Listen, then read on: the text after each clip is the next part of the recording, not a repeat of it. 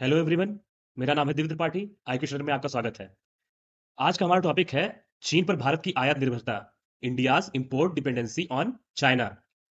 जो भारत की चाइना पर आयात के लिए डिपेंडेंसी है यानी निर्भरता है, उसके बारे में आज हम जानेंगे। क्योंकि आजकल आप देख रहे हैं कि चाइना और भारत में कई झड़पें हो रही हैं और कई ऐसे विवाद हो रहे हैं सीमा को लेके, जो कि 1967 के बाद बहुत ही बड़े लेवल पे बढ़ गए हैं। तो इसको समझना बहुत ही ज़रूरी है कि हम लोग उस पे कितना निर्भर हैं, किसी सामान को लेके या फिर किसी आयात और या निर्यात को लेके हम लोग उस पे कितना निर्भर है, इसको आइए आज हम देखते हैं। अब ये देखते हैं कि करंट सिनेरियो में चाइना और इंडिया में ऐसा क्या प्रॉब्लम हुआ जिसके वजह से ये देखना बहुत आवश्यक हो गया है कि चाइना और भारत में व्यापारिक संबंध कैसे हैं। तो इसमें ये हुआ था कि जो तवांग झड़प है, जो अभी हाल ही में तवांग झड़प हुई थी, जिसमें जो चाइना के सैनिक थे, वो इंडियन बॉर्डर में घुसने की कोशिश कर रहे थे, तो हमारे भारतीय सैनिकों ने उनको खदेड़ दिया उनकी सीमा में। तो इस वजह से ये और भी हाइलाइट हो गया है मुद्दा। अगर पुरानी बात करें, अभी ज़्यादा पुरानी बात नहीं हुई है, 2020 की, जो कि जून में एक घटना हुई थी, जो कि है गालवान घाटी संघर्ष। उसमें जो चाइना के सैनिक थे, वो हमारी सीमा में घुस रहे थे और उसके बाद वहाँ पे अपना शिविरों का यानी कि कैंप अपना वो वहाँ पे लगा रहे थे। तो भारतीय सेनाओं ने वहाँ के जो उनके शिविर लगे हुए थे, कैंप लगे हुए थे, उनको ध्वस्त कर दिया। उसके बाद इनकी झड़प हुई, उसमें भारतीय सेना के 20 जवान शहीद हुए और जो चाइना सेना थी, वहाँ पे उनके कई लोगों की मौत हुई है, लेकिन उन्होंने अभी तक सही खुलासा नहीं किया। उन्होंने सिर्फ बताया कि 3 लोगों की मौत हुई है, लेकिन अगर देखा जाए तो अमेरिकन जो न्यूज़पेपर्स हैं, वहाँ पे बताया गया कि 43 एप्रॉक्स सैनिक वहाँ के भी मारे गए हैं। तो अपने आप में ये देख सकते हैं कि आपके 4 डिकेड में यानी कि जो आपका 4 दशक है, उसमें ये सबसे बड़ी घटना है जिसमें भारत की भी बहुत हानि हुई है और चाइना भी अपने आप में उसका रिप्लाई मिला है भारत के द्वारा, ठीक है? तो अब चलिए देखते हैं कि व्यापारिक संबंध कैसे हैं भारत और चाइना के। China is India's second biggest trading partner after the US. USA के बाद जो चाइना है, वो भारत का सबसे बड़ा व्यापारिक देश है, ठीक है? उसके साथ हमारी जो व्यापारिक चीज़ें हैं, वो बहुत ज़्यादा मायने पे हम लोग साझेदार हैं एक-दूसरे के, ठीक है? तो अब चलिए देखते हैं कि इसमें कौन डिफिसिट में है और कौन सरप्लस में है, ये भी चलिए समझते हैं। हमारा जो इंडिया का जो ट्रेड पूरा है टोटल, वो है 1035 बिलियन यूएस डॉलर। लेकिन जो चाइना का हिस्सा है उसमें 11.2% का है, यानी 115.83 बिलियन अमेरिकी यूएस डॉलर, ठीक है? तो अपने आप में देख सकते हैं कि ये बहुत बड़ा हिस्सा है चाइना का हमारे ट्रेड में। अगर पिछले 2 दशक की बात करें, यानी कि अगर 2002 और 2003 की बात करें, तो उस टाइम पे ये 10वें स्थान पे था जो भारत से व्यापारिक साझेदारी है यानी ट्रेडिंग पार्टनरशिप है जो भारत की चाइना से, उस टाइम पे ये 10th नंबर पे था। लेकिन इस टाइम में जो 2002 के बाद से स्थिति ऐसी हुई कि चाइना अपना जो प्रोडक्शन है उसको बढ़ाया और उसके बाद जो व्यापारिक साझेदारी है भारत और चाइना की, वो भी बढ़ी। तो उसके बाद चाइना 2011-12, 2013-14, 2017-18, 2020-21 में भारत का जो टॉप ट्रेड पार्टनर होते हैं, वो था, ठीक है? फर्स्ट स्थान पे था चाइना भारत के व्यापारिक साझेदार के तौर पे, ठीक है? तो आप ये समझ सकते हैं कि चाइना बहुत ही बड़ा पार्टनर है हमारे ट्रेडिंग के रूप में। अब ये देखते हैं कि कौन-कौन से देश जो भारत के साथ व्यापारिक साझेदार हैं यानी ट्रेडिंग पार्टनर कंट्रीज़ हैं, उनके बारे में देखते हैं। अमेरिका और चाइना तो हो ही गया, सबसे पहला अमेरिका हो गया, दूसरा हो गया चाइना, ठीक है? और उसके बाद अगर बात करें तो जो तीसरा है वो यूएई है यानी संयुक्त अरब अमीरात, ये है, उसके बाद सऊदी अरब है, उसके बाद इराक है, उसके बाद सिंगापुर है, उसके बाद हांगकांग है, उसके बाद इंडोनेशिया है, उसके बाद साउथ कोरिया है, उसके बाद ऑस्ट्रेलिया है, ठीक है? तो ये कुल मिला के टॉप 10 कंट्रीज़ हैं जिनके साथ हमारी ट्रेडिंग पार्टनरशिप है। अब हम ये देखते हैं कि जैसे कि हम लोग व्यापार तो कर रहे हैं और हम लोग व्यापारिक साझेदार भी बहुत बड़े हैं, यानी ट्रेडिंग पार्टनरशिप कंट्रीज़ भी बहुत बड़े हैं आपस में। लेकिन अब ये देखते हैं कि कौन सरप्लस में है और कौन आपके नेगेटिव में है, ठीक है? डेफ़िसिट में है, ट्रेड डेफ़िसिट में है। इसमें इसका मतलब सीधा-सीधा ये होता है कि अगर सरप्लस होगा, इसका मतलब ये हुआ कि आप ज़्यादा बेच रहे हैं और कम खरीद रहे हैं, ठीक है? तो आपका सरप्लस में हो जाएगा, काउंट किया जाएगा। अगर आप ज़्यादा खरीद रहे हैं, कम आप बेच रहे हैं, तो इसका मतलब ये हो जाएगा कि आप डेफ़िसिट में हो जाएँगे, ठीक है? तो कुल मिला के जो भारत का यूएस के साथ व्यापार है, जो ट्रेडिंग पार्टनरशिप है, उसमें भारत सरप्लस में है। यानी कि भारत अपना सामान ज़्यादा बेच रहा है यूएसए को और कम खरीद रहा है उनसे यूएस से। तो हम लोग ट्रेडिंग पार्टनरशिप में यूएस से सरप्लस में हैं, जो कि है 2021-22 में 32.85 बिलियन यूएसडी, ठीक है? और उसके बाद अगर चाइना की बात करें, तो हम लोग सबसे ज़्यादा डेफ़िसिट में हैं किसी कंट्रीज़ के मुकाबले। जैसे कि भारत के जिससे-जिससे ट्रेड हो रहे हैं, उनमें सबसे ज़्यादा डेफ़िसिट में है चाइना से। क्योंकि हम लोग चाइना से ज़्यादा सामान लेते हैं और कम उसको देते हैं, यानी कम निर्यात करते हैं, आयात ज़्यादा करते हैं। और उसमें डॉलर की वैल्यू देखी जाए, तो आपका 73.31 यानी 73.31 बिलियन यूएसडी है, ठीक है? तो आप देख सकते हैं कि हम लोग इसमें व्यापारिक घाटे में हैं चाइना के साथ और व्यापारिक मुनाफ़े में हैं आपके यूएसए के साथ। अब हम ये देखते हैं कि जो हमने बताया 2 डिकेड पहले जो चाइना है, वहाँ से वो 10th पोज़ीशन पे था जिससे हम लोग ट्रेडिंग करते थे। लेकिन जो 2020 और 21 का टाइम है, उसमें ये जो ट्रेडिंग पार्टनरशिप है चाइना के साथ, वो सेकंड नंबर पे हो गई है। तो अब ये देखते हैं कि कितना चेंज आया है। अगर हम 2001 और 2002 की बात करें, यानी 2 डिकेड पहले की बात करें, तो हम लोग जो इंपोर्ट करते थे चाइना से, वो 2 यूएस बिलियन डॉलर का रहता था, ठीक है? 2 बिलियन यूएस डॉलर का रहता था। लेकिन इस टाइम की बात करें 2020 और 21 की अगर बात करें हम लोग, तो 94.57 बिलियन यूएसडी यानी यूएस डॉलर का हम लोग इंपोर्ट कर रहे हैं चाइना से। तो ये बहुत चेंज हो गया है उस टाइम से लेके आज तक में। अगर हम भारत देश की बात करें, तो वो चाइना को एक्सपोर्ट कर रहा था 2001 और 2002 में 1 बिलियन यूएस डॉलर की, और उसके बाद अगर प्रेजेंट की बात करें तो इस टाइम पे जो एक्सपोर्ट कर रहा है वो 21 बिलियन यूएसडी है, यानी 21 बिलियन यूएस डॉलर है। अब ये देखते हैं कि मेजर इंपोर्ट्स क्या है, यानी क्या-क्या हम लोग आयात करते हैं चाइना से, ठीक है? तो ये हो गया, सबसे पहला है इलेक्ट्रिकल मशीनरी। इलेक्ट्रिकल मशीनरी में वो सारे सामान आते हैं जैसे कि जो इलेक्ट्रॉनिक सामान, जैसे मोटर हो गया, कोई बड़े तौर पे जैसे इलेक्ट्रोमैग्नेटिक जो मोटर्स होते हैं वो भी हो गए, और जिसमें कई सारे कलपुर्जे होते हैं उनके मशीनों के, वो भी हो गए, ठीक है? जो पार्ट्स होते हैं उनके, उसको भी हम लोग आयात करते हैं, इंपोर्ट करते हैं उससे, ठीक है?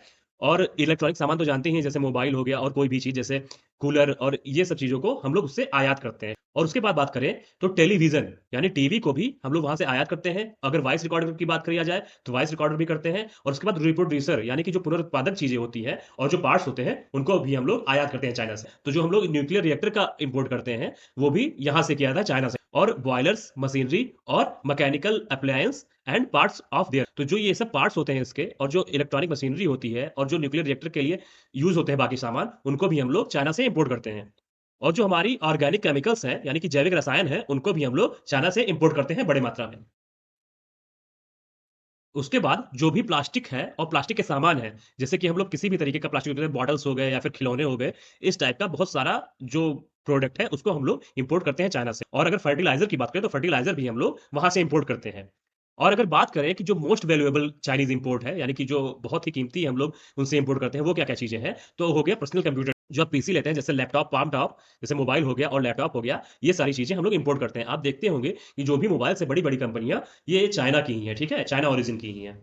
और उसके बाद अगर मोनोलिथिक इंटीग्रेटेड सर्किट्स, तो ये वो होता है कि जैसे कि आप चिप्स जानते होंगे, इनको आसान भाषा में जाने तो ये चिप्स होते हैं, जैसे कि उसमें कई सारे पतले पतले लाइन्स आपको दिखाई देते होंगे, चिप आप जब उठाइए तो पीछे कई सारे रहते हैं, तो उन्हीं को कहते हैं मोनोलिथिक इंटीग्रेटेड सर्किट्स। तो जो ये सर्किट्स होते हैं, उन्हीं को अगर असेंबल्ड देखा जाए तरीके से, तो वो चिप्स होते हैं, तो वहां से हम लोग इंपोर्ट करते हैं। उसके बाद अगर लिथियम आयन की बात करें, यानी लिथियम इस टाइम पे जो भी बैटरीज होती है इलेक्ट्रॉनिक, उनमें बहुत ज्यादा यूज होता है, तो उसके लिए हम लोग चाइना से इंपोर्ट करते हैं। और आपको एक मैं एडिशनल जानकारी दे दूं, जो लिथियम है, लिथियम का प्रोडक्शन सबसे ज्यादा चिले में होता है। ये आपका साउथ अमेरिकन कंट्री है। तो ये आप याद रखिएगा कि चिली आपका सबसे इंपॉर्टेंट है लिथियम के लिए, और वहां पे लिथियम ट्रायंगल भी है, जो आपको मैंने साउथ अमेरिका कॉन्टिनेंट है उसमें पढ़ाया है वर्ल्ड ज्योग्राफी में। अगर आपने वो वीडियो ना देखी हो तो अभी आप जाके लिंक पे क्लिक करके देख सकते हैं, पहले इस वीडियो को कंप्लीट कीजिए, उसमें कई सारी चीजें आपको समझ में आ जाएगी और कई सारा नॉलेज आपको हो जाएगा गेन, जो कि एग्जाम पर्सपेक्टिव से बहुत इंपॉर्टेंट है। अब चलिए देखते हैं कि आगे कौन-कौन सी इंपॉर्टेंट चीज़ें हैं जो बहुत कीमती हैं और जहाँ से जो चाइना से इंपोर्ट होती हैं। आपका है सोलर सेल, जो भी सोलर सेल होते हैं जो इंडिया में इस टाइम प्रोड्यूस किए जा रहे हैं, वो उस लेवल के नहीं हो पा रहे हैं कि जिनसे ज़्यादा देर तक विद्युत उत्पादन किया जा सके। उसके लिए अभी जो भी वैज्ञानिक हैं हमारे भारत देश के, वो अभी उसमें लगे हुए हैं। लेकिन अभी पर्याप्त मात्रा में उतना आगे नहीं बढ़ पाया है भारत, ठीक है? हम लोग सोलर के लिए जो इंटरनेशनल सोलर अलायंस है, हम लोगों ने किया देशों के साथ और काफ़ी आगे भी बढ़ रहे हैं। लेकिन हम लोग को अभी उसमें और खोजें करने की ज़रूरत है। तो हम लोग जो सोलर सेल्स हैं, उनको भी हम लोग आयात करते हैं, इंपोर्ट करते हैं चाइना से। अब बात करें यूरिया की, तो यूरिया भी बहुत बड़े मात्रा में यहाँ पे मंगवाया जाता है, जो कि बहुत ही वैल्यूएबल है, क्योंकि इसी से हमारे जो एग्रीकल्चर प्रोडक्ट्स हैं, उनमें उत्पादन बढ़ता है। तो हम लोग उन पे निर्भर है, इंपोर्ट करते हैं वहाँ से। जो इंडिया का टोटल एक्सपोर्ट है, उसमें चाइना को 5% तक जाता है। जो 5% है, वो चाइना को हम लोग एक्सपोर्ट करते हैं। और अब देखते हैं कि कौन-सी वो ऐसी वस्तुएँ हैं, जो टॉप पे हैं, जिनको हम लोग निर्यात करते हैं। उसमें है ओर, स्लैग और ऐश, यानी कि आपका अयस्क हो गया और लावा हो गया और राख हो गया। लावा राख जैसे कि आपके सीमेंटेड ईंट बनाने के लिए, या फिर जो आप देखते होंगे ईंट पत्थर बनाने के लिए, उनसे कई सारे घरों में भी यूज किया जा रहा है। तो इन सबको बनाने के लिए आपका ये सब यूज हो जाता है रॉ मटेरियल के रूप में। और ओर तो आप जानते ही हैं, अयस्क। तो उसके बाद आगे बढ़ते हैं, जो ऑर्गेनिक केमिकल्स हैं, ठीक है? जो कार्बनिक रसायन होते हैं, वो भी यहाँ से एक्सपोर्ट किए जाते हैं चाइना को। और जैसे कि जो मिनरल फ्यूल होते हैं, मिनरल ऑयल होते हैं, वो भी एक्सपोर्ट किए जाते हैं। और जो इनसे बाय प्रोडक्ट बनते हैं, जो मिनरल फ्यूल और ऑयल से, वो भी यहाँ पे भेजे जाते हैं। जैसे कि बिटुमिनस पदार्थ भी होते हैं, उनको भी एक्सपोर्ट किया जाता है। और जो मिनरल वैक्सेस होते हैं, यानी कि खनिज मोम होते हैं, उनको भी एक्सपोर्ट किया जाता है भारत से, ठीक है? और उसके बाद बात करें, ये 2 प्रोडक्ट हो गए जो टॉप 5 में, ये 2 प्रोडक्ट हो गए आपके। अब बात करते हैं आयरन एंड स्टील की, यानी लौह इस्पात को भी हम लोग एक्सपोर्ट करते हैं चाइना में। उसके बाद एल्यूमीनियम, एल्यूमीनियम का भी एक्सपोर्ट होता है, और जो भी उसके साथ में बाय प्रोडक्ट होते हैं, उनको भी हम लोग भेजते हैं वहाँ पे। उसके बाद कॉटन यानी कपास को भी हम लोग एक्सपोर्ट करते हैं चाइना में। अगर एक सिंगल जो थिंग्स है यानी सिंगल जो आइटम है वो जो सबसे कीमती है वो जो हम लोग एक्सपोर्ट करते हैं चाइना को, वो है लाइट नेफ्था। लाइट नेफ्था ये समझ सकते हैं आप कि एक लिक्विड हाइड्रोकार्बन होता है जो ज्वलनशील भी होता है, ठीक है, जो जलने योग्य होता है, और ये आपका हाइड्रोकार्बन होते हैं लिक्विड टाइप में। तो ये यूज होते हैं कई सारी चीजों में। तो आपको इसके बारे में डिटेल में मैं बाद में बताऊंगा जब आपको कोई भी इंडस्ट्रीज पढ़ाऊंगा उसमें, ठीक है। तो चलिए नेक्स्ट पार्ट में चलते हैं। जैसे कि चीन पर हम बहुत ज़्यादा निर्भर हैं किसी भी वस्तु के इंपोर्ट को लेके, ठीक है। तो इसका क्या अर्थ है, क्या मीनिंग इसकी निकलती है, उसके बारे में समझते हैं, और सरकार की उस पर क्या राय है, सरकार उसके बारे में क्या सोचता है। तो from the perspective of government the political and security challenges are depend when the state is dependent on importing products and service from an unfriendly country. जैसे कि सरकार के दृष्टिकोण से अगर देखा जाए तो राजनीतिक और सुरक्षा चुनौतियां तब गहरी हो जाती है जब राज्य, जैसे कि अगर कोई देश है, अगर वो किसी अपने जो विरोधी देश होते हैं, जो जिनसे व्यवहार हमारा अच्छा नहीं होता है, अमित्र देश जो होते हैं, उनसे उत्पादों यानी प्रोडक्ट्स की और जो सर्विसेज हैं उनका अगर हम इंपोर्ट करें तो ठीक है, तो ये हमारे राजनीतिक और सुरक्षा दृष्टि से बहुत प्रॉब्लमेटिक होते हैं। तो ये सरकार का सोचना है। India imports most of the APIs, active pharmaceutical ingredients, ये इंपोर्ट बहुत ज्यादा करता है भारत चाइना से, जो कि आपके फार्मास्यूटिकल जो कंपनीज होती हैं, जो दवाओं का निर्माता होती हैं कंपनियां, वो जो सबसे पहला जो पदार्थ होता है जिन पे दवाएं, जिनके जैसे कि आप समझते हैं कि कोई रॉ मटेरियल होता है किसी भी चीज़ के निर्माण के लिए। जैसे आप कोई भी चीज़ बनाते हैं तो उसमें रॉ मटेरियल यूज़ करते हैं। जो दवाओं का रॉ मटेरियल है वो होता है एपीआई यानी एक्टिव फार्मास्यूटिकल इंग्रेडिएंट्स। तो वो भारत में जो मिलता है वो अपने आप में बहुत महँगा रहता है। जब भारत की ही इतनी महँगाई है, लेकिन जो चाइना से आता है वो उसके मुकाबले सस्ता रहता है और ज़्यादा मात्रा में हम लोग को उपलब्ध भी हो जाता है, ठीक है? तो इस वजह से हम लोग पूरी तरीके से मतलब कि समझ लीजिए मैक्स टू मैक्स हम लोग उन्हीं पे डिपेंड हैं एपीआई के लिए, यानी कि एक्टिव फार्मास्यूटिकल इंग्रेडिएंट्स के लिए। तो ये अपने आप में बहुत बड़ी निर्भरता है इंपोर्ट को लेके, ठीक है? और जो ये प्रॉब्लम है ये उस टाइम और गहरी हो गई जब कोविड-19 पैंडेमिक आया था। उस टाइम पे चाइना ने पूरे बॉर्डर को सीज़ कर दिया था, इंडिया ने भी बॉर्डर सीज़ कर दिया था। उसके बाद जो एपीआईज़ हैं यानी कि जो फार्मास्यूटिकल कंपनियों के लिए जो एपीआई यूज़ होती हैं, एक्टिव फार्मास्यूटिकल इंग्रेडिएंट्स, वो आने में बहुत प्रॉब्लम हो रही थी। तब ये समझ में आया कि हम लोगों को खुद भी इसके लिए एपीआई पे इंडिपेंडेंट होना पड़ेगा।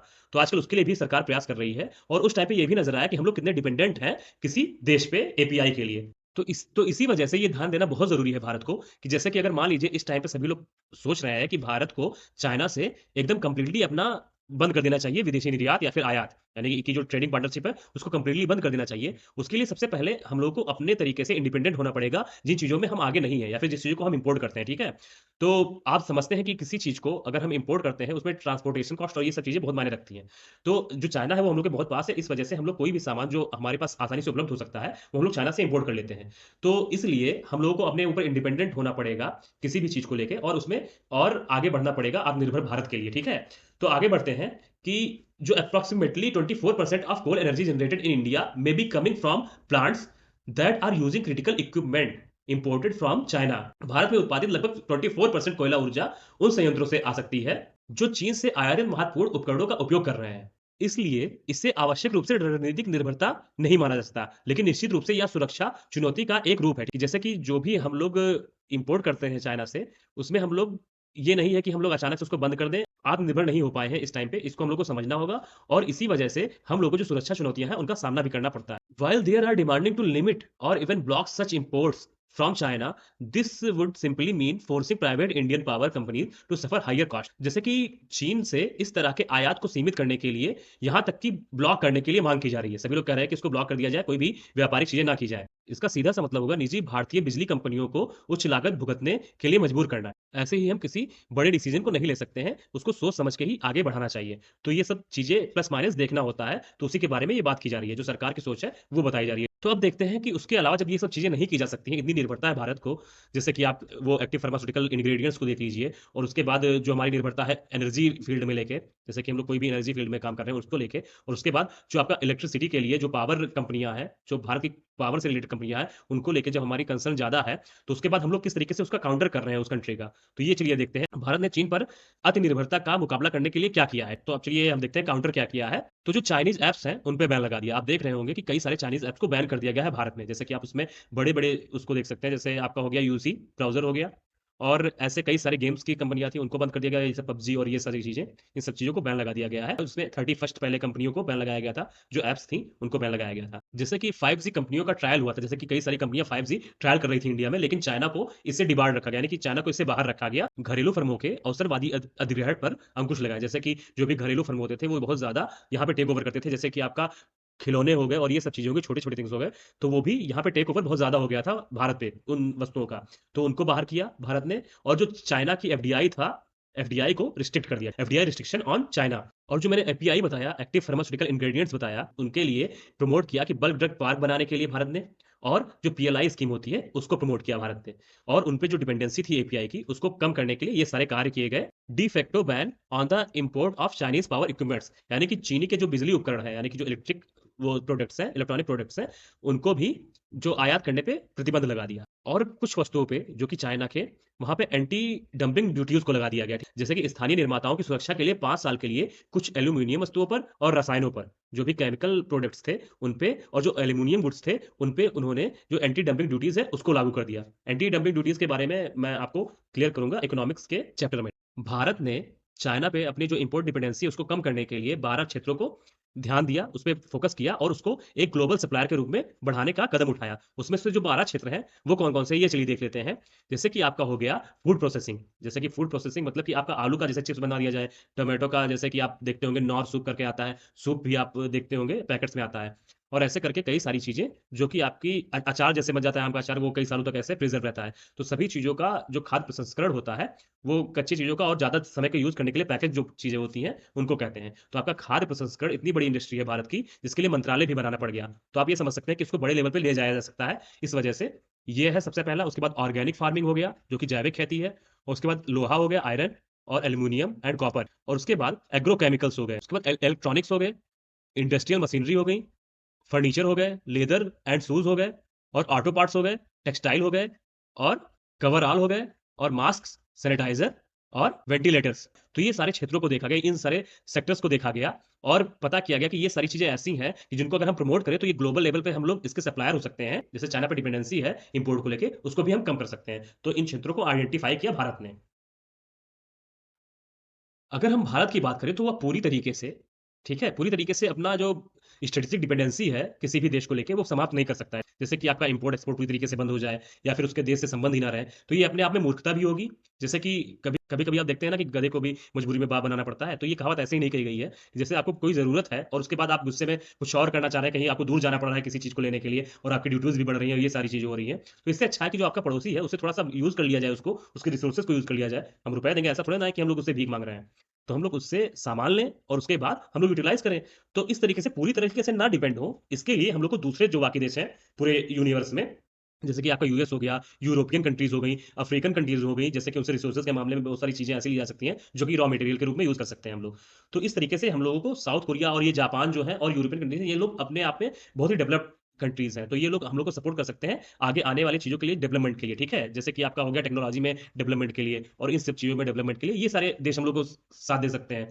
तो हम लोग को ऐसा करना पड़ेगा कि हम लोगों को अपना क्षेत्र डाइवर्सिफ़ाई करना पड़ेगा। एक ही देश पे निर्भर ना रहें, बाकी देशों पे भी निर्भर रहें, और जो चाइना है उसके साथ भी हम लोग कुछ अपना संबंध बनाए रखें, इस तरीके से कर सकते हैं। हाँ, ये विषय है कि हम लोगों का झड़प होता रहता है, उसको हम लोग अलग तरीके से स्ट्रेटजी बना के उसको सॉल्व कर सकते हैं। और भारत को जैसे कि आप देखते होंगे, जो मैंने बताया कि एपीआई, एपीआई अपने आप में बहुत ही इंपॉर्टेंट है। किसी भी देश के लिए एपीआई इंपॉर्टेंट होगा, क्योंकि स्वास्थ्य जो क्षेत्र होता है किसी भी देश को लेके, स्वास्थ्य बहुत ज़रूरी रहता है आदमियों के लिए, पर्सन्स के लिए। तो उसके लिए जो एपीआई है, दवाओं का जो इंग्रेडिएंट है सबसे महत्वपूर्ण, उसके लिए पूरी मैक्सिमम तरीके से चाइना पे निर्भर है। तो ऐसी चीज़ें जो कि पूर्णतया किसी देश पे हम लोग इम्पोर्ट के लिए निर्भर हो जाए, उसके लिए हम लोग को आत्मनिर्भर बनना पड़ेगा कुछ हद तक। और उसके बाद जो प्रौद्योगिकी है, ठीक है, जो टेक्नोलॉजी है उसको बढ़ाना होगा, और इसके लिए जो पूँजी की आवश्यकता होगी, यानी कि जो वेल्थ की आवश्यकता होगी, वो बहुत महत्वपूर्ण रोल निभाएगी।